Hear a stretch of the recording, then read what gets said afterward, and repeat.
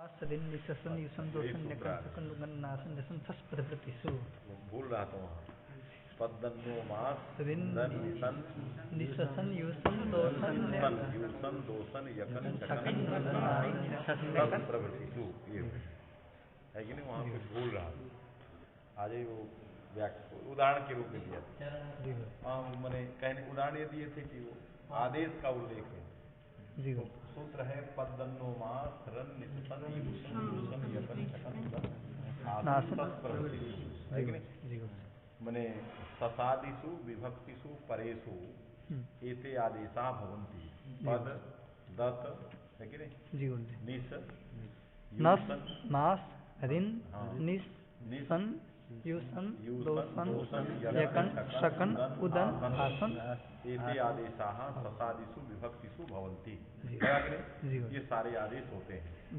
पाद को पदादेश है दंत को दतादेश क्रम से ऐसे पाद दंत उसमें लिखा हुआ पाद दंत नासिका मास हृदय निशा अश्रित युष दोष यकृत शकृत उदक आस एषां पदादय आदेशः स्युः एतेषां स्थाने एते आदेशा भवन्ति ससादिषु विभक्तिषु ससादौ वा माने विकल्प है अत्र षष् प्रवृत्तयः निमित्ततया उपात्ताः अत्र माने सूत्रे पद्दन्नो मास रन निशन युसन दोषन यकन शकन उदन्नासन सस् प्रवृत्तिषु एतस्मिन् सूत्रे ससादयः निमित्ततया उपात्ताः ये इस सूत्र में सस प्रवृत्तिषु प्रवृत्ति माने आदि अर्थात ससादिषु तो जो ससादि प्रत्यय हैं वो निमित्त हैं है कि नहीं एते निमित्ततया उपात्ता बात समझ में आ गई कुत्र निमित्ता अभी जिज्ञासा हो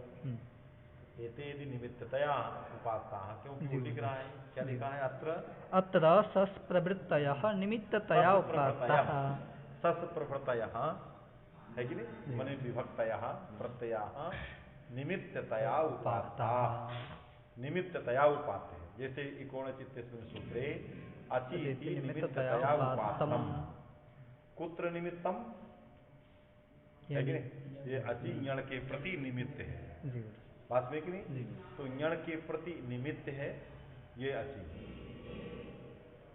कर्तव्य करिष्यमाण यण में अन्वित नहीं है निमित्त हो सकता है लेकिन यण में अन्वित नहीं हो सकता किसमें अन्वित है इक में उद्देश्य में इसलिए उद्देश्य में निमित्ततया अन्वित है अतः उसको ये नहीं कहोगे कि यण में निमित्त है ये नहीं कहते लेकिन यण है ही नहीं तो क्या निमित्त है निमित्त जब होगा तो निमित्त में पूर्वापरिभाव होता है निमित्त में क्या होता है पूर्वापर्य होता है उसको समझिए क्या क्या हो सकता है ये इसमें लिखी बात नहीं है एक शास्त्र के बाह्य विषय को देखो है कि नहीं कि कैसे होता है इसने कहा अयम निमित्त ये निमित्त है तो निमित्त है तो निमित्त का मतलब होता है कि वो पर में हो तो निश्चित है कि उसके पूर्व में भी कोई हो जब आपने कहा अयम निमित्ता तो निमित्ता माने व्याकरण शास्त्र में निमित्त माने परे रहते जैसे अचि निमित्ता इसलिए अच परे रहते तो यदि यण के प्रति निमित्त होगा तो यण और अच को पर में होना चाहिए यण और अच को परे रहते फिर कोई कार्य होना चाहिए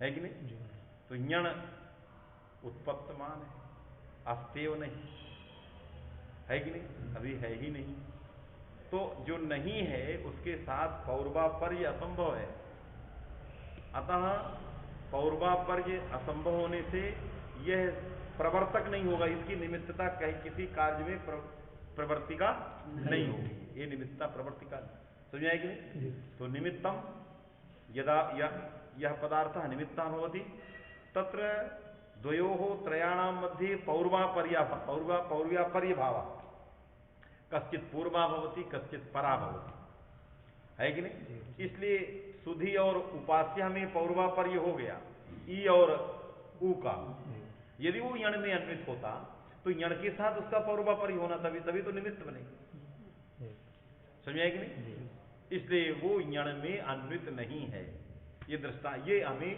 क्या बता रहे हैं जो उदाहरण है वो बता रहे हैं जहां जहां निमित्त है एचो अयवायावा में अची निमित्त है, तो क्या अय के साथ है? किसके साथ है? एच के साथ।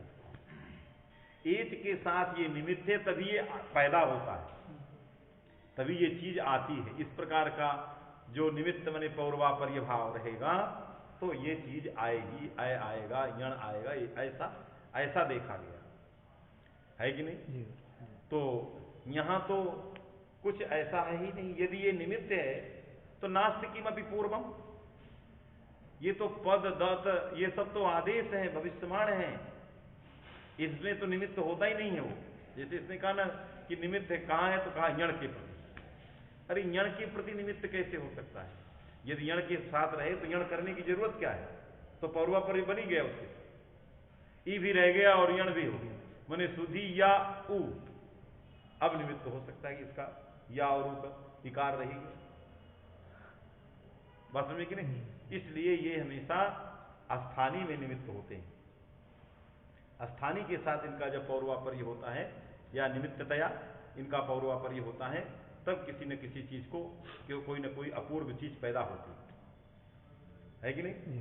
तो यहां क्योंकि सप्तम्यंत हमेशा निमित्ततया रहता ही है, फिर कहने की क्या जरूरत थी इतनी छोटी बात?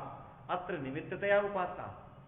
कोई मनुष्य हाथ पैर नाक कान वाला आता हो, भाई मनुष्य आगच्छति, महाराश्चर्यम, ये कहने की जरूरत है नहीं। यदि कश्चित मनुष्य श्रृंगं गृहीत्वा आगच्छति,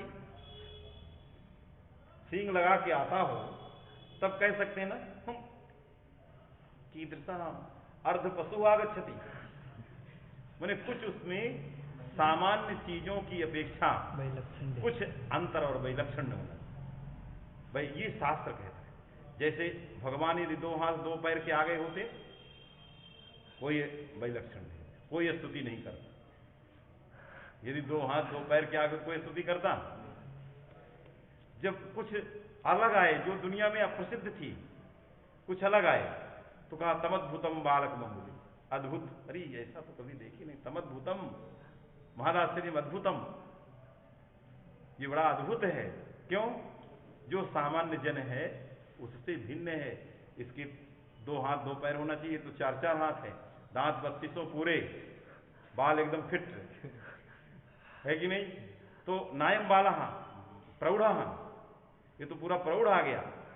हमें आकांक्षा किस चीज की थी? बालक। तो प्रार्थना किया कि क्या आ गया, तो कीजिए शिशुलीला, है कि नहीं? आदेश करना पड़ा जन्मदात्री को, इस रूप में मैं नहीं चाहती थी, क्या आ गया, है कि नहीं? कीजिए शिशुलीला अति प्रिय शीला, जो मुझे अच्छा लगे। तब रोदन ठाना, तब वो सब रूप एकदम फटफट फटफट बदल दिए। तो कोई चीज यदि इतनी जब निमित्त हम जानते हैं, अची है, ये है, वो सब सप्तमी है, परे रहते आद गुणा वृद्धि रेची, सब निमित्त देखे, कभी वृद्धि रेच में नहीं कहे एचित निमित्त तया उपासहा, इकोणजी में नहीं कहे अचित निमित्त तया नहीं कहे। क्या कहने की जरूरत हो गई? इतनी छोटी बात को यहां कहना चाहिए। इसका मतलब ये छोटी नहीं है, कोई बड़ी चीज है जो सामान्य प्रक्रिया से भिन्न है। तो सामान्य प्रक्रिया से भिन्न इसलिए है कि यहां निमित्तता का उपादान है, और जिसकी प्रतिनिमित्त है उसका उपादान ही नहीं है। बात में कि नहीं? क्योंकि निमित्त जब होगा तो निश्चित पर में होगा, और जब पर में होगा तो उसके पूर्व कोई जरूर वस्तु होगी। तो यहां जिसके इसमें पूर्व कोई है ही नहीं जिसके पर में रहे, इसलिए पूर्व को लाने के लिए, पूर्व को लाने के लिए ये भूमिका बना रहा है कि ये ससादी जो हैं अपने स्थानी के आक्षेपक हैं, अपने पूर्व के आक्षेपक हैं। जिसके पर में रहना है वो चीज ही नहीं है। ये पाद के पर में रहेगा, पाद के पर में रहेगा, वो पाद सूत्र में है ही नहीं। तो कुत्र निमित्ततया कुत्र अन्वितम भविष्यति, न पदादिषु तस्य भविष्यमाणत्वात्, इदानीं नास्ति लक्ष्ये नास्ति, तो भविष्यमाण है, तो तत्र अन्वितम न भविष्यति। तो पदादिषु न निमित्ततया अन्वितम भविष्यति तर्हि निमित्ततया उपात्ताः कम प्रति, कहां किसके साथ इसका निमित्ततया अन्वय होगा? जैसे अची का निमित्ततया इक में अन्वय है, ऐसा कुछ है नहीं कि निमित्ततया अन्वय है। इसलिए निमित्ततया उपादान व्यर्थ है। तो तत्सामर्थ्यात् अस्थानी का आक्षेप कर देगा, पाद दंत नासिका सब आ जाएंगे, सब इसी कारण से वृत्ति लिख दिया, पाद दंत नासिका पदा प्रसाद ये लिख दिया, इनके कारण लिख दिया, उसको लाना चाहिए। समझ बात आ गई? वही लिख रहा है, देखो क्या लिखा। अत्र सस्प्रवृत्तया निमित्ततया उपात्ताः ते च पदाद्यादेशानुरूपान् प्रकृति विशेषान् आक्षिपन्ति। प्रकृति विशेषान् ते निमित्ततया उपात्ताः ससप्रभृतयः, ये निमित्ततया उपात्ताः ते सस्प्रवृत्ते इत्यर्थः। प्रकृतिन वहां ले जाओ, प्रकृतिन आक्षिपन्ति है कि नहीं? ये ससादी प्रत्यय अपनी प्रकृति के आक्षेप है, क्योंकि निमित्ततया है और निमित्तता बिना प्रकृति के नहीं हो सकते, क्यों किसी प्रकृति के पर में होंगे तभी निमित्त बन सकते हैं। और जब प्रकृति ही नहीं पड़ी है तो एतेषाम अन्वय कुत्र भविष्यति, अन्वय बाधा, तस्मात् अनुपपत्ति ही अतस्य उपपादनाय एतेषाम उपपादनाय प्रकृति विशेषानाम आक्षेपः कर्तव्यः, पादादीनाम आक्षेपो भवति। अब संदेह हो गया कि पादादीनाम आक्षेपः कथम, न तदर्थकानाम अन्येषाम आक्षेपः, तदर्थक अन्य का भी आक्षेप कर ले, है कि नहीं? तो स्वस्वरूपानुरूपान लिख दिया, ठीक है ना? पदादि आदेशानुरूपान, आदेशानुरूपान प्रकृति विशेष का आक्षेप करेगा, लेकिन आदेशानुरूपान प्रकृति विशेष है कि नहीं? क्योंकि यदि प्रकृति विशेष का आक्षेप करे तो प्रकृति ये ससादी की नाना प्रकृतियां हैं, है कि नहीं? चरण का आक्षेप कर ले, चरण से स्थाने पदादेशा ससादिषु, है कि नहीं? माने चरणम चरणः चरणौ चरणाः चरणम चरणौ पदः, ऐसे रूप कर ले।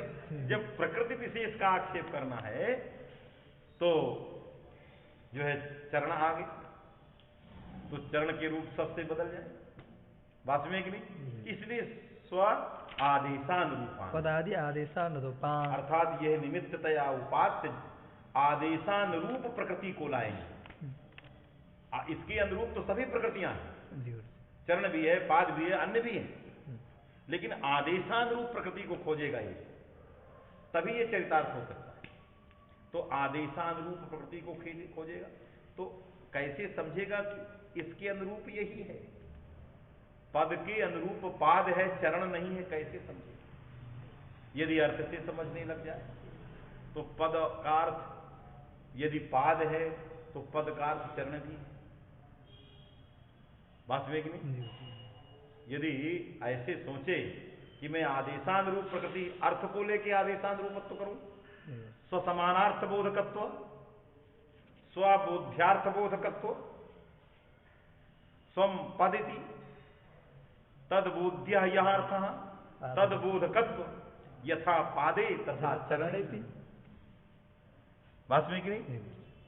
इसलिए आदेशानुरूपत्व द्विविधम, स्वबोध्यार्थ बोधकत्व, स्वघटक व्यंजन घटितत्व।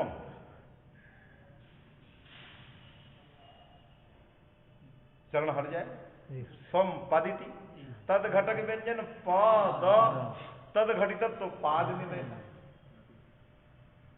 है कि नहीं? इसलिए ऐसे अनुरूप को खोजेगा ये कि स्वबोध्यार्थ बोधकत्व हो और स्वघटक व्यंजन घटितत्व हो। इस प्रकार के स्वरूपानुरूप आदेशानुरूपान प्रकृति विशेषान आक्षिपन्ति, अन्यथा निमित्ततया उपादानम व्यर्थम, है कि नहीं? क्योंकि निमित्ततया स्थानीय में अन्वय करना है, स्थानीय है ही नहीं। आया क्या लिखा? ते च पादादि आदेशानुरूपान प्रकृति विशेषान आक्षिपन्ति इत्यादि। प्रकृति आदेशानुरूपत्व नाम स्वबोध्यार्थ बोधकत्व, स्वघटक व्यंजन घटितत्व, इति आदेश विशिष्टम जद स्थानी तदग्राह्य। जी गुरु माने पदादि विशिष्टम जद है कि नहीं, तदग्राह्यम आक्षेपात वैशिष्ट्यं च यहाँ जोड़ देना, ये जोड़ो, न लिखितम कुत्रापि। बात में कि नहीं, ऐसे दो संबंध बनाना कि सूत्रे उपात्ता जे आदेशा तद विशिष्ट स्थानिनः गृहीतव्या है कि नहीं, निमित्ततया उपात्तानां ससादीनां बलात्। बात में कि नहीं। टीका में ते च ये निमित्ततया उपात्ताः ते सस्प्रवृत्तय इत्यर्थः। टीका का सदृतकार क्या लिखे, ते च आया था, ते च पदादि आदेशानुरूपान, यहाँ लिखे ए निमित्ततया उपात्ताः ये तदोर नित्य संबंध, ते सस्प्रवृत्तय। क्योंकि उसमें ते च लिख दिया है, ए चाहे तो पहले अत्र ए निपात ए ससादी ए निमित्ततया उपात्ताः, निमित्ततया उपात्ताः ते आक्षिपन्ति, ते च आक्षिपन्ति लिख दिया, ए च नहीं लिखा, तो इसलिए ए च को लिख दिया उसने। जे निमित्ततया उपात्ताः ते सस्प्रवृत्तयः प्रकृति विशेषानाक्षिपन्ति। ये टीकाकार ने कहा कि मूल में ते च लिखा, ए च नहीं लिखा, इसलिए उसको भी जोड़ो, तब क्यों यह तदोर नित्य संबंध, तभी वो ग्रंथ लगेगा। समझ में आया ब्रजराज। अनुरूपानिति स्वार्थ बोधन समर्थान स्वसदृश वर्णवतश्च इत्यर्थः।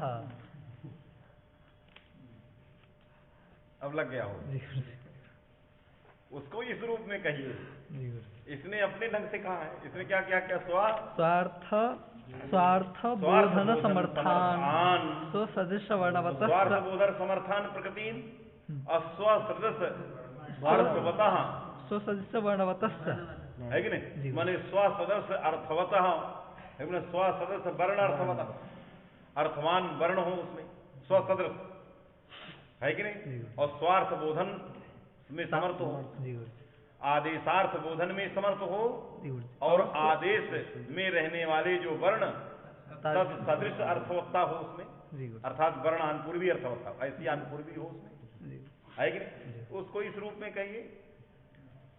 स्वबोध्यार्थ बोधकत्व हो, स्वघटक व्यंजन घटितत्व हो, ये कहिए, ये परंपरा है कि नहीं। नहीं तो स्वार्थ बोधन समर्थात और स्वसदस्य वर्ण अर्थवतः दो लिख रहा है उसमें भी, बस कहने का परिष्कार नहीं है कि नहीं।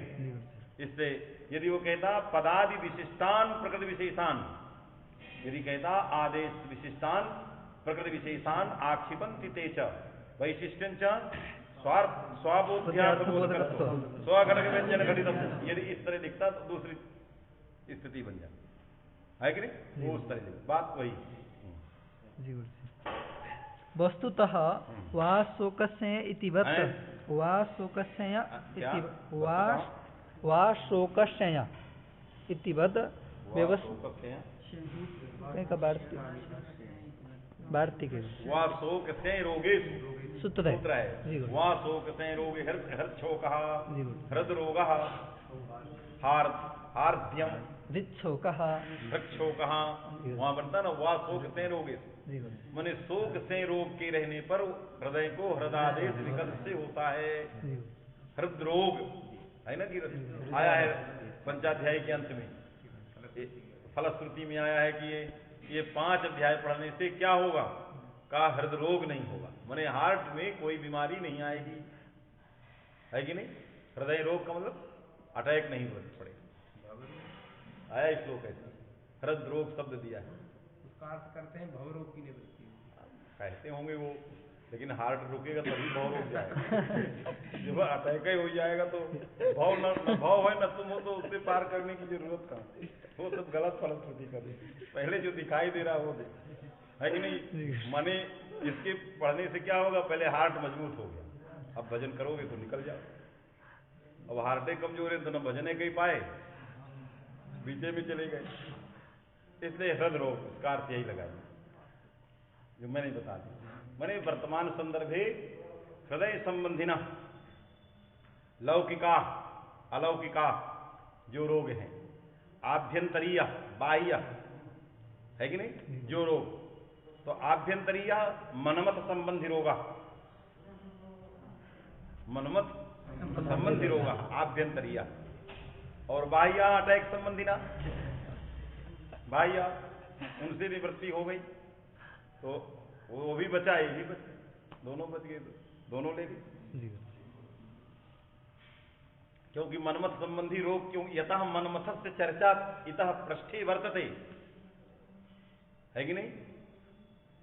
मनमथेन साकम एव युद्धम सह करोति, भगवान श्री कृष्ण उसी को ललकार रहे हैं कि आज तुम्हारा हमारा, तुम मेरे ही बेटे हो, हमारी ललकार सुनो, आज होगा युद्ध होगा, है कि नहीं। तो उसी को ललकार है, युद्ध जो है मनमथ और कृष्ण का है और उन्हीं का पुत्र है कि नहीं। तो कहा आज तुमको दिखाएंगे हम अपनी ताकत, तुम अपनी ताकत दिखाओ। बड़े बड़े ऋषियों और महर्षियों और योगियों को तुमने पस्त कर दिया, लेकिन आज आओ हमारे साथ युद्ध करो, देखो कैसा होता है। आज दिखाया युद्ध, है कि नहीं। इसलिए इसीलिए वो हृदय रोग निवृत्ति, क्योंकि वो हृदय रोग कैसे आता है, मनमत पीड़ा बसाद आगत, इसलिए उससे निवृत्ति, तभी वो फलश्रुति पूर्वापर संबंध नहीं। और भव ले लेंगे तो भवरोग निवृत्त्यर्थम युद्धा एवं नास्ति पूर्वम, उद्देश्य हानि।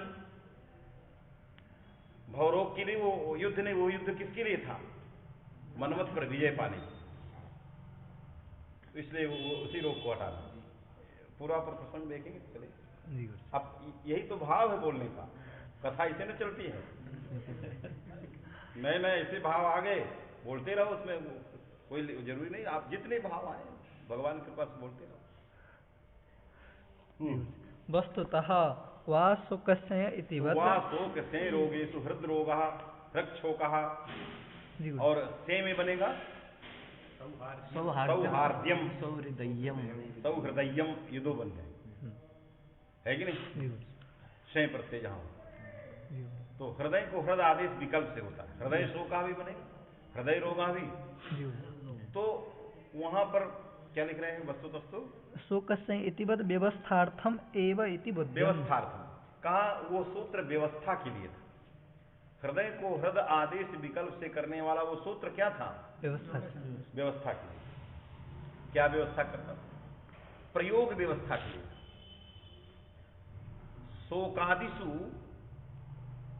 हृदय हृदय इति शब्दद्वयस्य शोकादिषु विकल्पेन प्रयोगः कर्तव्यः न तु नित्यः इति प्रयोग व्यवस्थापना। द्वौ शब्दौ अत्यन्तौ प्रसिद्धतमौ वर्तेते, एकः हृदय शब्दः अपरस्य हृत् शब्दः, कुत्र कस्य प्रयोगः कर्तव्यः। शोकादिषु उभयो प्रयोगः, शोकादिषु उभयो, अन्यत्र हृदयस्य प्रयोग। जब शोकादि नहीं रहेंगे तो आप हृदय का प्रयोग करोगे, है कि नहीं, और जब शोकादि रहेंगे तो उभयो प्रयोग। तो जैसे वो प्रयोगों को व्यवस्थित करता है, उसी तरह से ये भी पदन्वमास ससादिषु पद इत्यस्य पदादेह प्रयोग, क्योंकि विकल्प ये भी करता है। तो पदादिषु पाद शब्द से पद शब्द से उभयोर प्रयोग, पदा ससादेह प्राक केवलम पाद शब्द से, सु औजस अम औट इति विभक्तिषु केवलम पाद शब्द से प्रयोग, तद भिन्नासु विभक्तिषु उभयोर प्रयोग। एतादृश प्रयोग व्यवस्थापनार्थम इदमपि सूत्रम वा शोक से रोगेश इतिवत। लगा कि नहीं, यही प्रयोग को माने कोई आदेश नहीं करता है, आदेश नहीं करता। ये हृदय भी एक शब्द है, हृदय भी शब्द है, दो शब्द हैं, कौन शब्द कहां प्रयोग करना है उसके लिए व्यवस्था है। पाद भी प्रयोग होता है, पद भी प्रयोग होता है, किस प्रत्यय में कौन प्रयोग करना है, किन में दोनों को करना है। जैसे कुरुष्टु तुनंत भी प्रयोग होता है, त्रिजंत भी प्रयोग होता है। ससा मने असु औजस अम औट इत्यत्र त्रिजंतस्यैव प्रयोग, सस तुनंतस्यैव प्रयोग, अजादिषु उभयोर प्रयोग।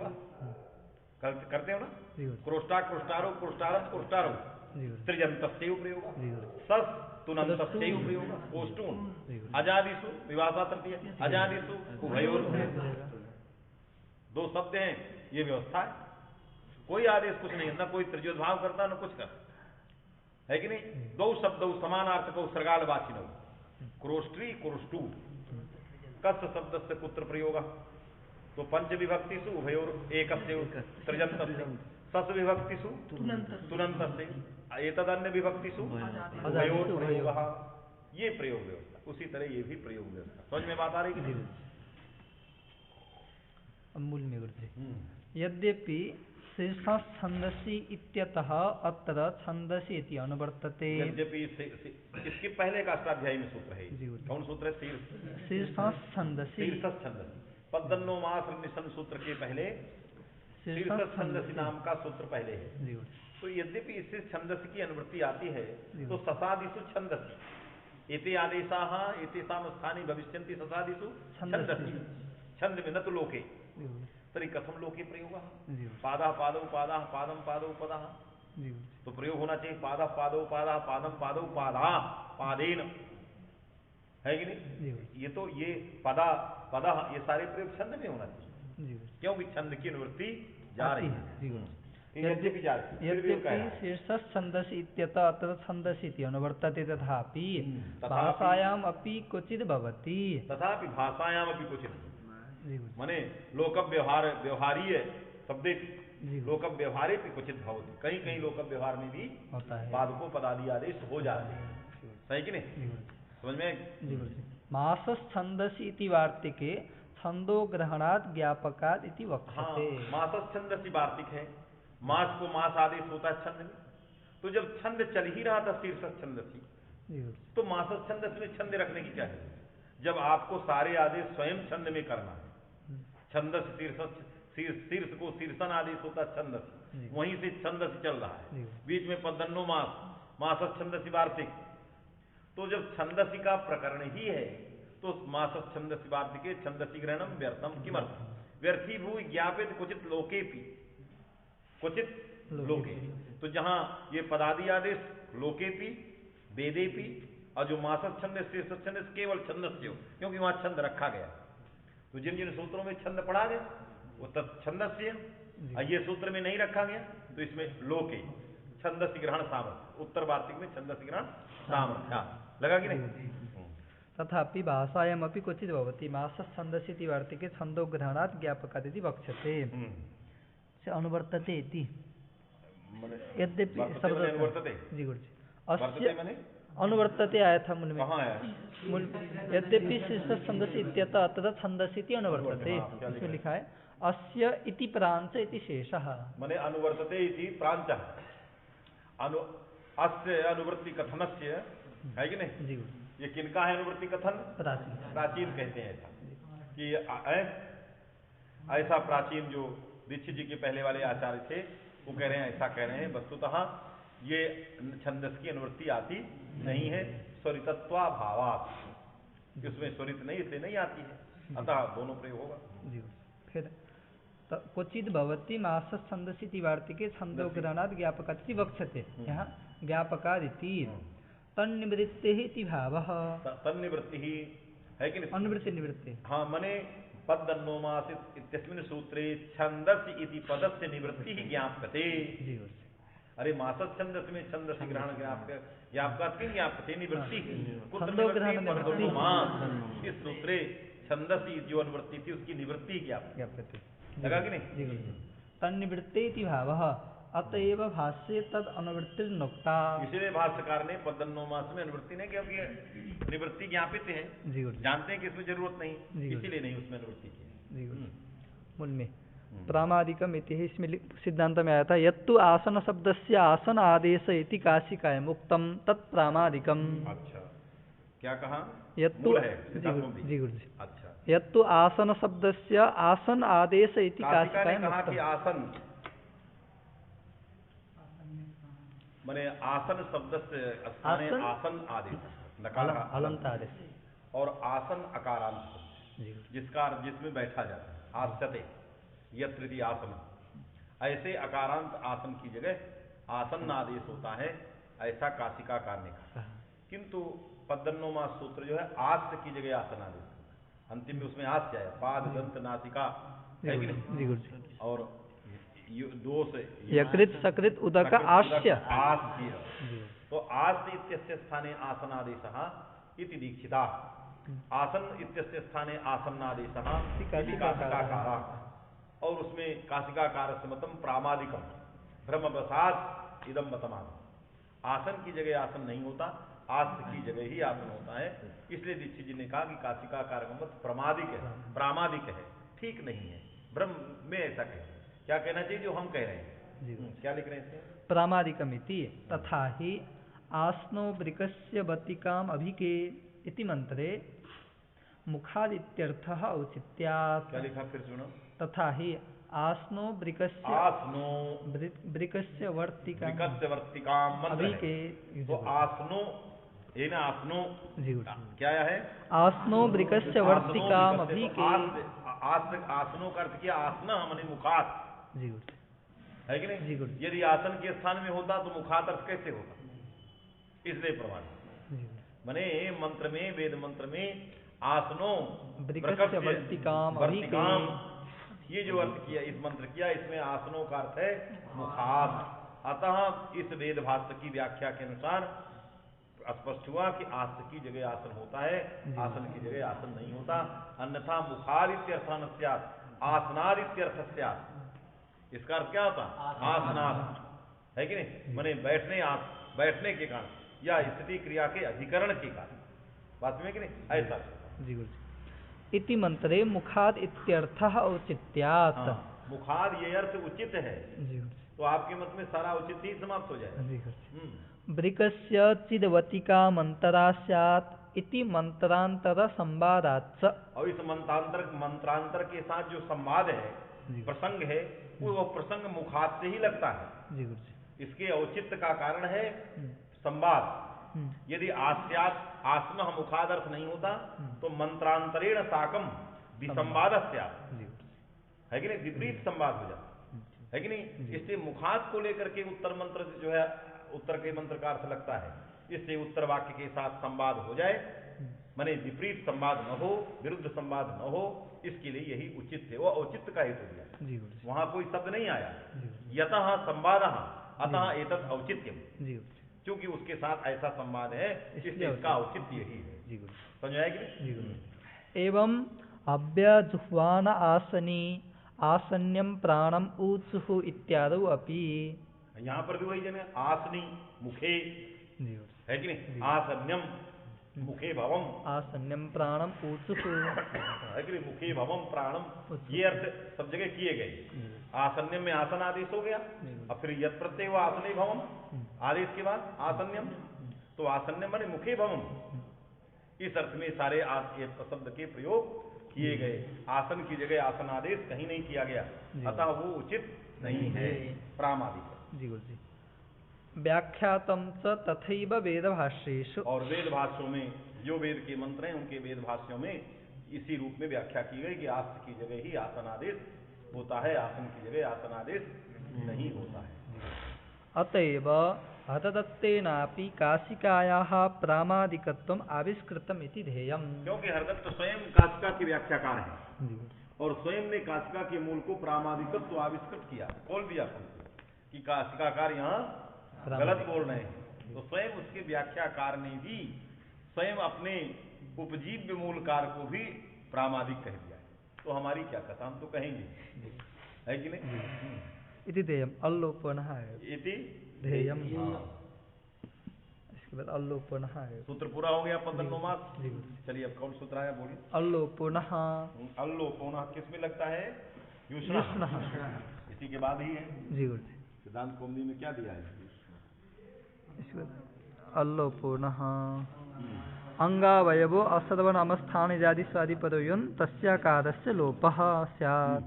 फिर सभ्यम नोना अंगावयो असर्वनामस्थान यजादि स्वादिपदः यहान तस्य अकारस्य लोपः। असर्वनामस्थान यजादि स्वादिपरः अंगावयवः यो अन, है कि नहीं। तो मने असर्वनाम स्थान भिन्न यकारादि अजादि परक अन होना चाहिए, अन को, और वो अंग का अवयव हो, फिर कोई तत्संबंधी अन संबंधी आकार हो, उसका लोप करता है।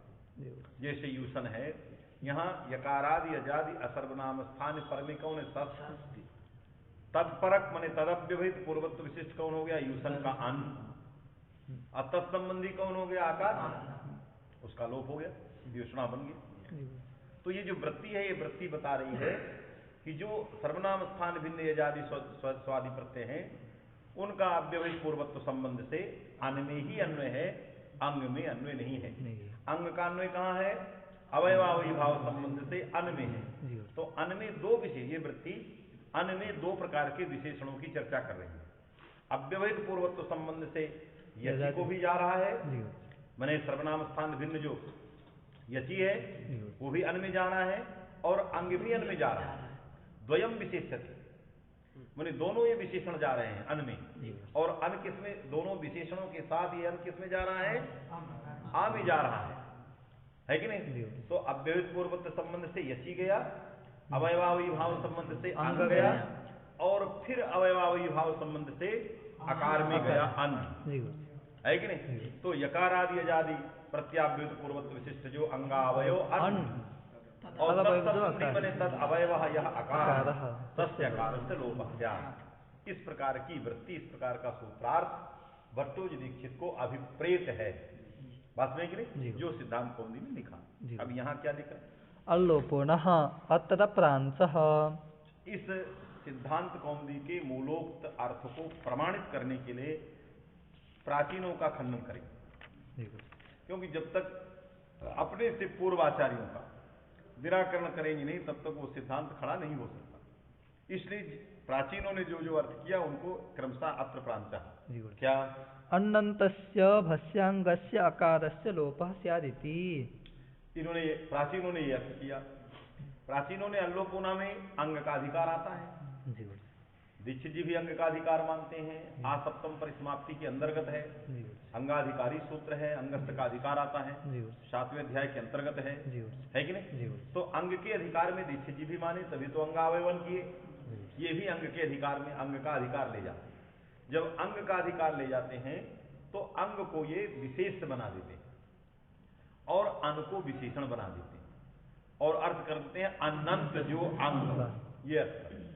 और अनंत अंग में वो जो अंग था उसमें यजादि को विशेषण बना देते हैं। अनंत अंग कैसा हो? यजादि प्रत्याव्युत पूर्वत्व विशिष्ट हो, और फिर तत् अंग संबंधी आकार हो। तो अन का अन्वय अभेदेन विशेषण अन को किया किसमें? अंग में, तभी तदंत विधि है। तो अन का अन्वय अंग में, अंग का अन्वय आकार में, और उसी अंग में किसको किया? यति को दिया, है कि नहीं? तो अंग में दो विशेषण हुए, अन और यति।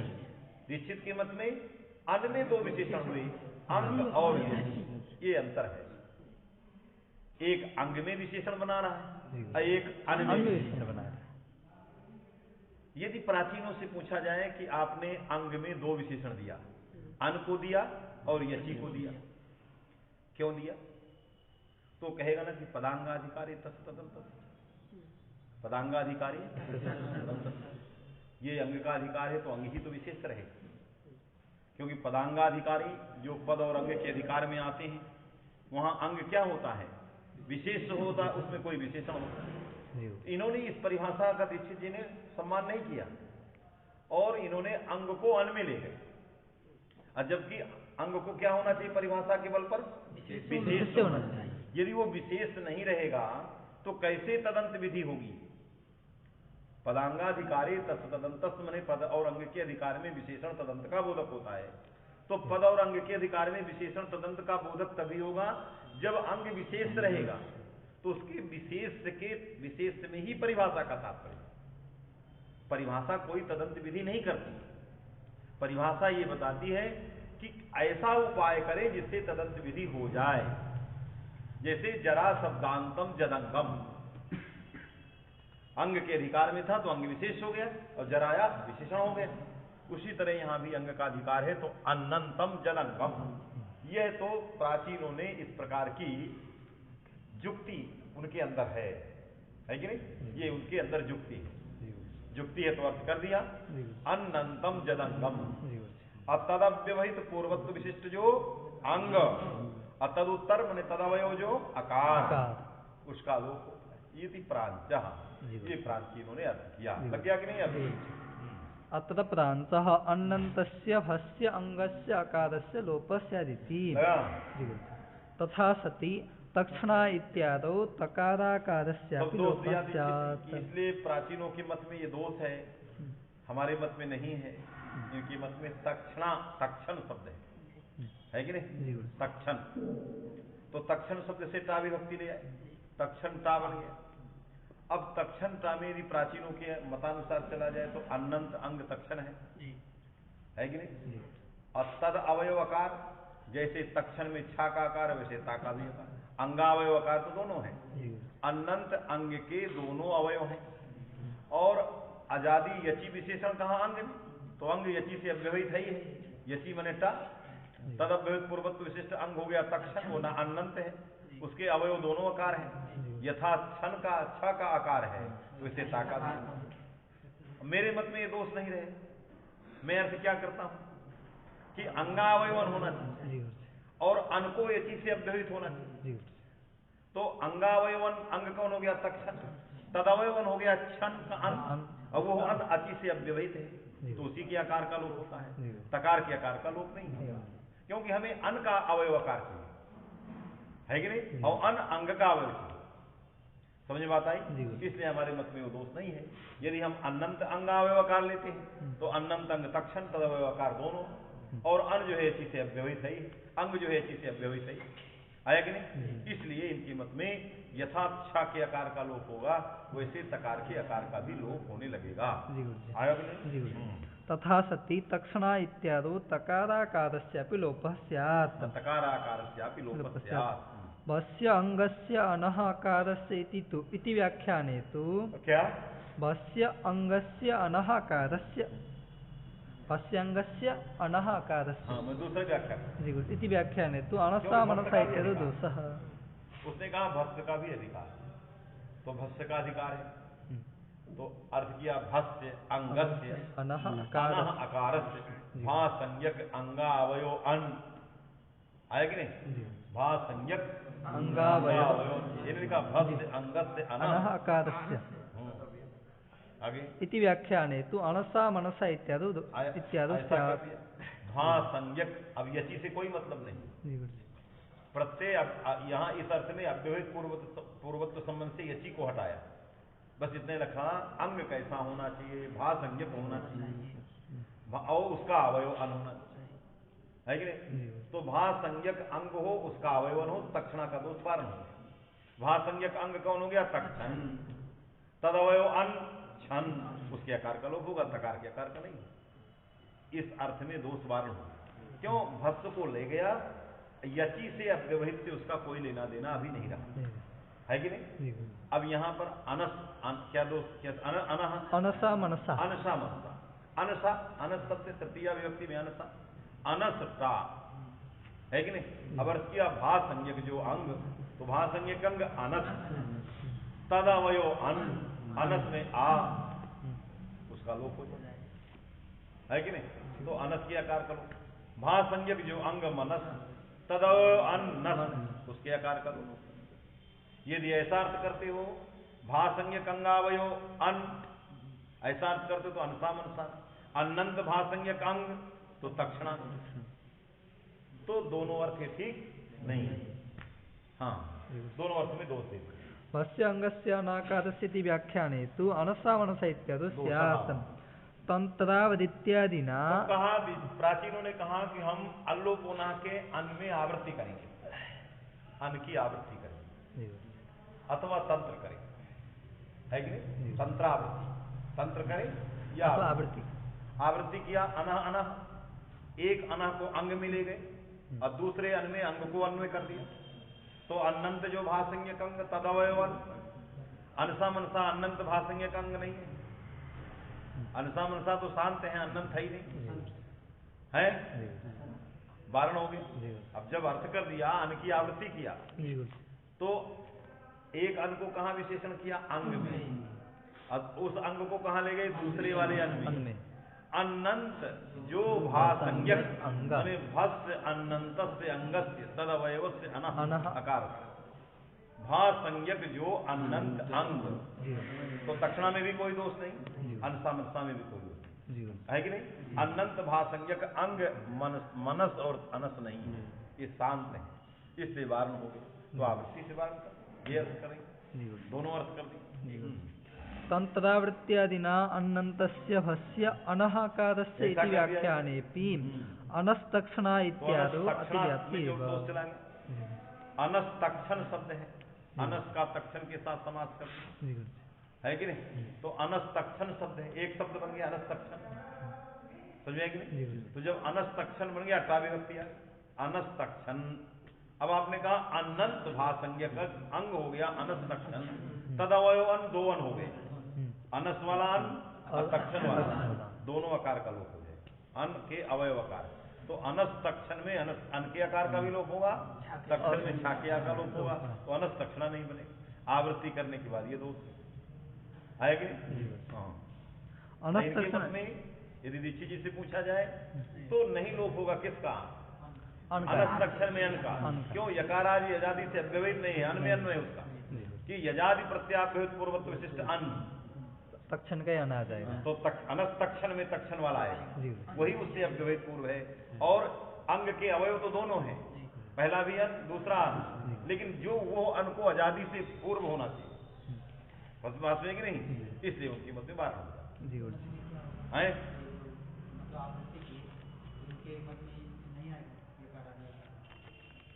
कैसे आएगा?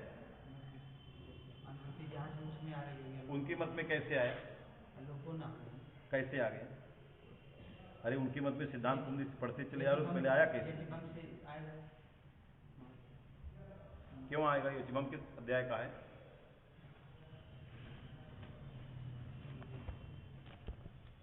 प्रथमाध्याय, और ये 7वें 6वें अध्याय, इतना लंबा कैसे आ जाएगा? तो आपको ये संदेह नहीं हुआ सिद्धांत कुंडी में भी क्यों हो गए, है कि नहीं? बस का अधिकार है, इसी का तो अधिकार है नहीं, तो जो है वही लिख रहा है प्राचीन। प्राचीन तो गलत नहीं कर रहा, तो कह रहा भस्य अंगस्य, तो भस्य का अधिकार है, अंगस्य का सीधे तो लिख रहा है। ये चीज लेना देना क्या? ये चीज आता ही नहीं, ये चीज है ही नहीं, तो जो सीधा सीधा है वही नहीं लिख रहा है। अल्लोप होना में किसका किसका अधिकार? भस्य का, अंगस्य का, और अन और आकार को वही अर्थ कर दिया है। तो यची प्रथमाध्याय से इस अध्याय में बहुत दूर है, कैसे आ जाएगा? इसीलिए वो यची कहाँ ला रहा? अब ये तो आप सिद्धांत कौमुदी से पूछो कि तुम कैसे लाए हो, इनमें तो जरूरत ही नहीं, आने का सवाल ही नहीं है कि नहीं? तो ये वो जाने जो ऐसा कर रहे हैं, उन्होंने तो इतने जो आ रहा अंगस से आया, भस से आया, ये आया, जो जो आया वो बैठाता गया, भस से आया, अंगस से आया तो बैठाया, भस से अंगस से अना सीधे बैठा दिया। क्योंकि दोष आया तो आवृत्ति भी कर दिया, है कि नहीं? अन्नम तस्य भस्य अंगस्य यो अन तस्य, वैसे बात में कि नहीं? ये तो दीक्षित जी दोष देते जा रहे हैं, ऐसा वैसा है, बात समझे? चलिए। तंत्रावृत्त्या दिना अनन्तस्य भस्य अनहकारस्य व्याख्यानेपि अनस्तक्षणा इत्यादि अतिव्याप्ति एवं। अतः अतिव्याप्ति ही, इसलिए ये भी ठीक नहीं है। अतः व्याचष्टे अंगावयव इत्यादि खंडित किया। पहला अनन्तस्य भस्य अंगस्य आकारस्य, तीसरा फिर अनन्तस्य भस्य अंगस्य अनहकारस्य, तीनों में पहले में तक्षणा, फिर अनुसा मनसा, फिर अनस्तक्षणा। अतः अन्यथा व्याचष्टे अंगावयव, इसलिए इससे विपरीत, अन्यथा मने ये तीनों से विपरीत, क्योंकि तीनों से विपरीत न करते तो ये सारे हमारे में भी फंस जाते। इसलिए हम यची के माध्यम से अर्थ करेंगे, यची से अव्यवहित अन्न होना चाहिए, है कि नहीं? यची से अव्यवहित अन्न होना चाहिए। अब कैसे आया यची? कैसे आया? तो जब वृद्धिरेच पढ़ोगे, वृद्धिरेच कौमुदी पढ़ते हो, अवर्ण से एज पड़े रहते वृद्धि होती है, तो हम पूछते हैं वृद्धि माने, तो कहते हो आई होगा, आउ हो, कहां से पा गए, कहां से पाए? संज्ञा से।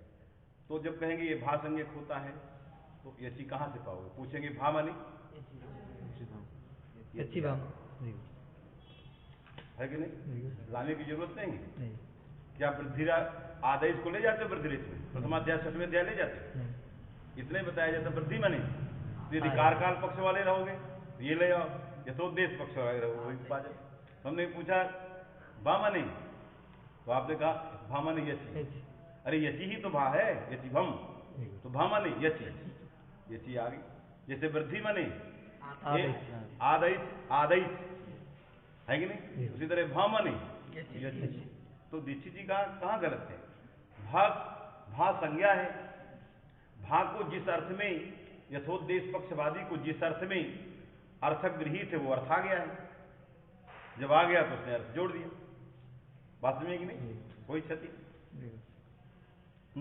अंगावयव इत्यादि भाष्य इत्यनेन आ गया ना? इसलिए कैसे आया? ये ऐसे आया। भाष्य इत्यनेन आक्षिप्तः प्रत्यय विशेषः अंगम च इति द्वयम् अनो विशेषणम्। स्वयं लिख रहे हैं। तुम्हारे प्रश्न का उत्तर तो लिख ही रहे हैं, हमको कहने नहीं चाहिए। वो ये लिख रहे हैं कि यची आया कैसे, तो कहा भस्य आगे इत्यनेन आक्षिप्तः प्रत्यय विशेषः। आक्षिप्यते प्रत्यय विशेषः। प्रत्यय माने यची, यकारादि अजादि सर्वनाम स्थान भिन्न प्रत्यय, ये कहां से आया? भस्य से आया।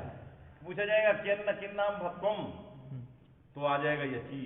प्रत्यय विशेष रहने पर भत्वम। बात में कि नहीं? तो ये प्रत्यय विशेष आया। जब आया तो पुत्र विशेषणम आनी अंगंच इति द्वयम विशेषण।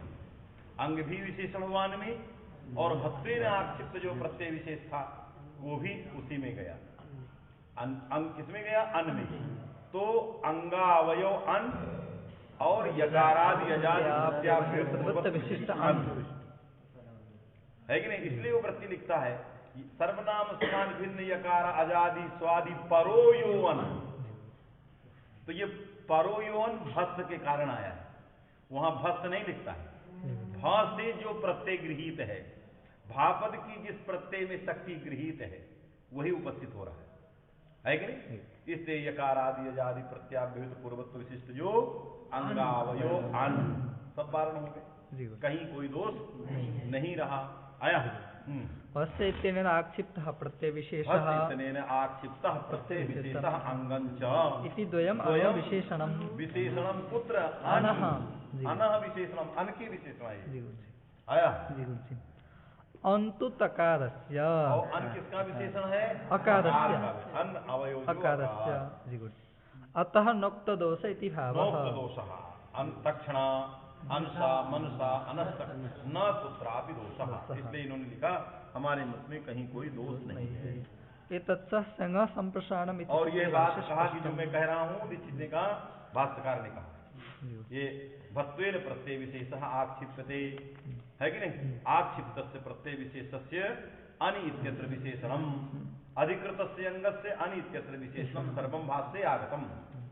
संज्ञा संप्रसारणम सूत्रे भाष्ये। इसका मूल होगा टीका कल करें। भाष्यम उपन्यासताम, इन्होंने भाष्य नहीं लिया, इनको रहना चाहिए, भाष्य देना चाहिए। क्या भाष्य कह दिया? भाष्य गुरुना उत्तम आसीत तदेव लिखता नोपन्यास है कि नहीं? क्यों गुरु जी कहते ये भाष्य में आया है, लिख दी। नागेश जी ने उसका परीक्षण किया, आया है कि नहीं आया है तो कहो है कि नहीं? इसीलिए कृतभूरि परिसर उन्होंने यदि ध्वनितम तो उसको पूरा रखा। चलिए करेंगे।